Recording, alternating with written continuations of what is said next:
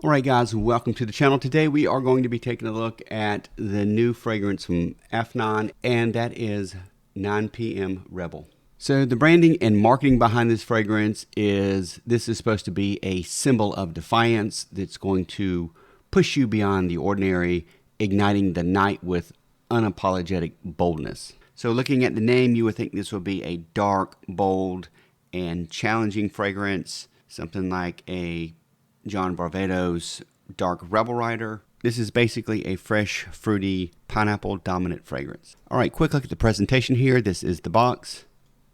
And then of course the bottle, which I like the red bottle. And of course you have the name branded in the top in red, which the original is a clone of Jean Paul Gaultier's Ultramall. And I can go ahead and tell you that this is not a JPG clone, and this smells nothing like the original. So what type of fragrance is this? If you look at Afnan's website, top notes are mandarin, pineapple, and Granny Smith apple.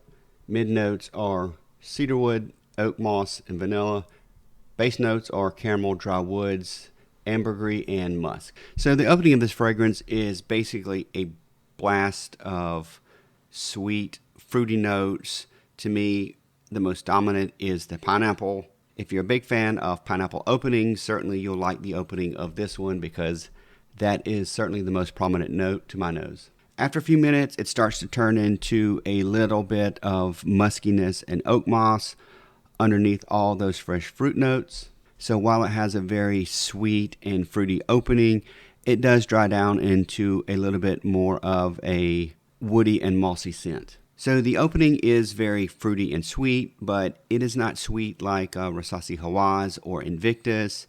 To me, this is more of a mature fragrance due to that woodiness and mossiness that comes out in the dry down. Overall, it's not a very complex fragrance. It's fruity pineapple in the opening and sort of almost immediately turns into that slightly sweet fruity with woods and moss underneath. As far as performance goes, I get really good projection for the first couple of hours. Definitely can walk into a room and someone's going to pick up this scent. And as far as longevity, I'm getting over 8 hours of longevity out of this. So definitely no slouch in the performance department. So the price on this is, I think I paid $39 or $40. I can't remember exactly. So I know a lot of people buy Middle Eastern fragrances because you can get a lot of quality scents for around the $20 or under $30 range. So this one is a little bit on the higher side, coming in at 40 bucks. To me, this is something you should consider getting if you are a super fan of pineapple fragrances like me.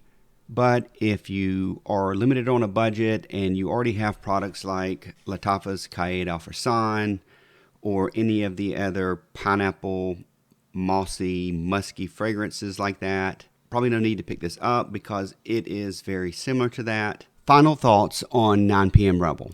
Overall, I really like this fragrance a lot. It has this amazing, sweet, slightly syrupy pineapple note, and I'm just a huge fan of pineapple fragrances. So for me, this is something that will get a lot of usage. But if you are someone who is a little more picky and you don't grab up every new release that's out there, there are certainly better alternatives if you want a pineapple fix that are far more budget friendly. Lattafa's Rave Now is one of them.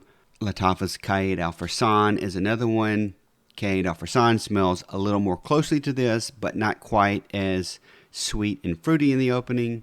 But you can get both of those fragrances for around $16 or $17. Certainly you can usually find them for less than 20 bucks. And again, it's not an overly complex fragrance. This type of fragrance has been done before.